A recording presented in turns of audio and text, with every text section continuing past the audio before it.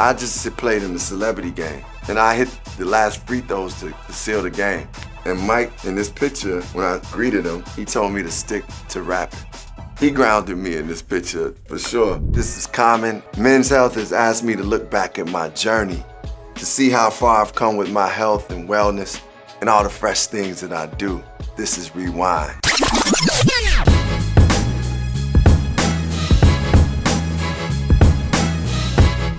So this picture with me and Naughty by Nature is monumental for me because coming from Chicago, it was a big thing to be embraced by any artists that were outside of where you're from. Part of the reason I was like, rapping was like, I wanted KRS-One and De La Soul and Tribe to know who I was. And my friends would be like, you dope.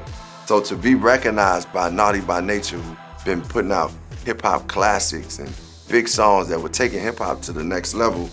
And for Tretch, I remember to express to me how much respect he had for me for the song I Used to Love Her. That was my first experience. He came and got me in his Benz, his white Benz, and took me around New Jersey. These dudes had a store, Naughty by Nature store. They took me to the store and gave me gear.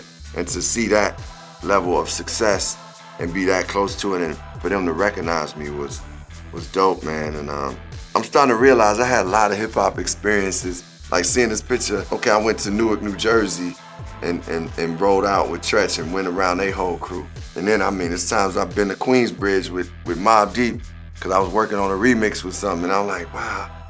And you know, I've been some places where it's like, oh man, I had to stop and look at this picture, because I never even realized I had a photo with Destiny's Child. I never knew that in my life. This is a time where I was really starting to feel better about myself. One thing I had to get to in my own journey was I used to didn't like showing my head. I thought I was trying to be like LL, but I really was just didn't want to show my bald head. So I wore hats a lot. If I look at all these photos, there's no photos pre-2006 where you just see me with a bald head. And I had a bald head since I lost my head in 95, 96. I started to build my confidence at this time. This was around the album B. I went through some personal things that was like, where I had to really self-reflect and get my self-empowerment. This era was, I could see me feeling that. And I still have to say, how did I not know I had a picture with Destiny's Child? One of the things I seen that was like, I couldn't believe was, he had made this song for me, this beat. It ended up being a song called Heard 'Em Say, which ended up being on his album. He had made the beat for me and I was like, I ain't gonna use it, yay. He's like, you sure? And I was like, no, I'm not gonna use it. He was like, okay, well, I'm about to do it. And he started writing to the song and he wrote the chorus and the rhymes within 15 minutes. And it wasn't like he changed the lyrics later. It just was like, man, I felt like that song was meant to be his the way he created that. And I think one other thing that I thought was why this dude is who he is. We had booked the studio session and we were supposed to start at like 2. He had went out and kicked it all night the night before. So when we got to the studio, he said, man, Rashid, can I get a little sleep, man? Rash, let me sleep for a minute. I'm tired, I was out. You know, he went to take a nap, and when he woke up, he put on this record, and he chopped it up and created the beat called The Corners for me, which became one of my dopest songs. Just how he woke up out of his slumber and just went right to it and just created one of the best songs I ever been a part of was like, that was major. That just showed his vision. Yes, I had met Mike before because I was a ball boy for the Bulls when I was a kid. Now, he doesn't remember me from those days, but he also had come to one of my shows in Chicago at the House of Blues. Mike was watching my show, but I didn't let people know he was there because he was up in the balcony till my last song. And when I did, everybody just watched him and just forgot I was on stage. So I was smart enough to do that at the end of the show. I just played in the celebrity game, and I hit the last free throws to seal the game.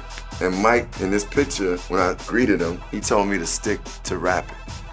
And I was like, Mike, you just didn't see that game I had? Like, I couldn't believe that he didn't recognize that my game was actually a good game.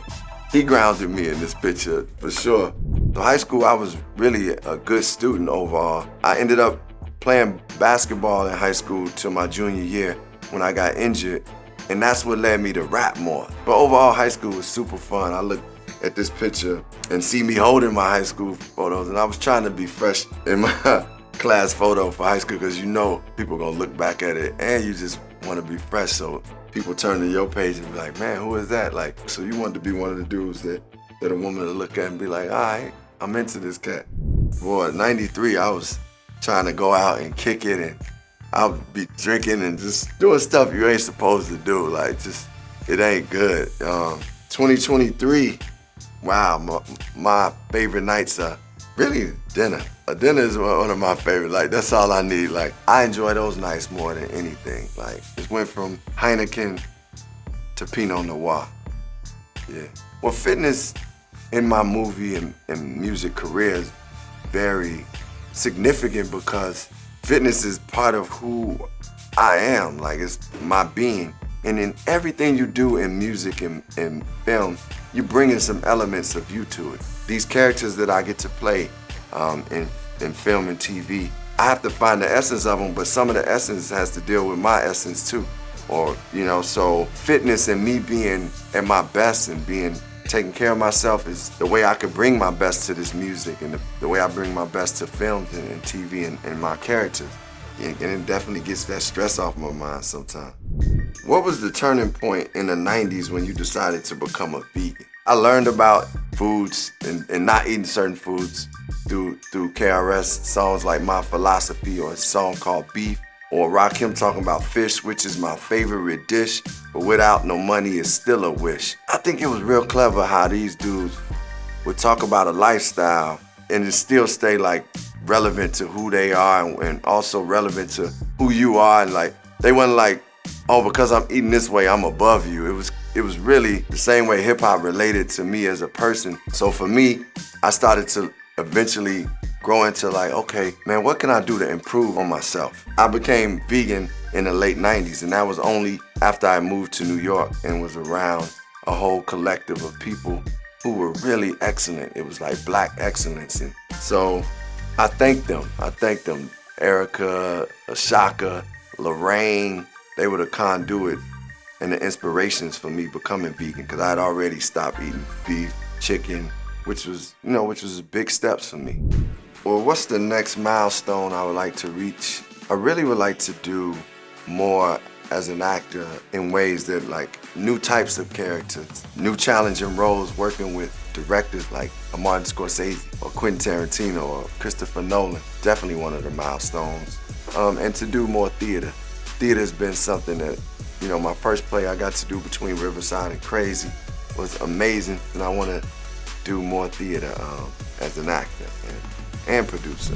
So when I look at this picture, first and foremost, I think about just being a young artist with a dream, not knowing much about the music industry, just really wanting to be something in life. When I think about diet and lifestyle, I didn't know how important that would be to me pursuing that dream. I really do believe that one of the reasons I've been able to sustain myself and grow and evolve in my career is because of making a decision to take care of myself. The Chicago rap scene was really talented artists spread out. It wasn't a lot of artists out when I was first coming up. Twister was the first artist that I know from Chicago to get on a national record label, and I think I was second. So our scene was competitive in its own way because you would hear about the people who were dope, but it wasn't like we went to a central place often or knew, you know, like the Tunnel, and you hear about all these clubs in New York that people used to go to. You hear about them in raps and stuff. And hip hop for us was like we would go seek it out, and we really were influenced by New York and LA. The first time I won the Grammy, it was an incredible feeling because I never even knew that Grammys was in reach for me. And then when they did become in reach for a lot of hip hop artists, it didn't seem like artists of my caliber and style were getting that type of recognition, because it was more of some of the popular artists who were getting the Grammys, until The Roots won a Grammy for the song You Got Me. And that was one of those times where I was like, wait, it's actually reachable. Sometimes you gotta see people who are of your ilk and like you accomplish things for you to know it. And sometimes you just get creative in your own mind and do it. This was a time where seeing them win, I was like, it became more of a realistic thing for me. And I put that Grammy in my mother's house, and I believe she still holds that Grammy now in her house.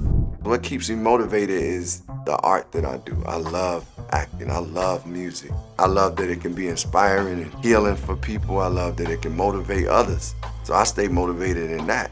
Peace, peace. This is Common, and I thank y'all for checking me out on This Is Rewind. It's Men's Health. You know, we stand healthy. We stand in the progress. We stand in the goodness. All right, y'all. Love.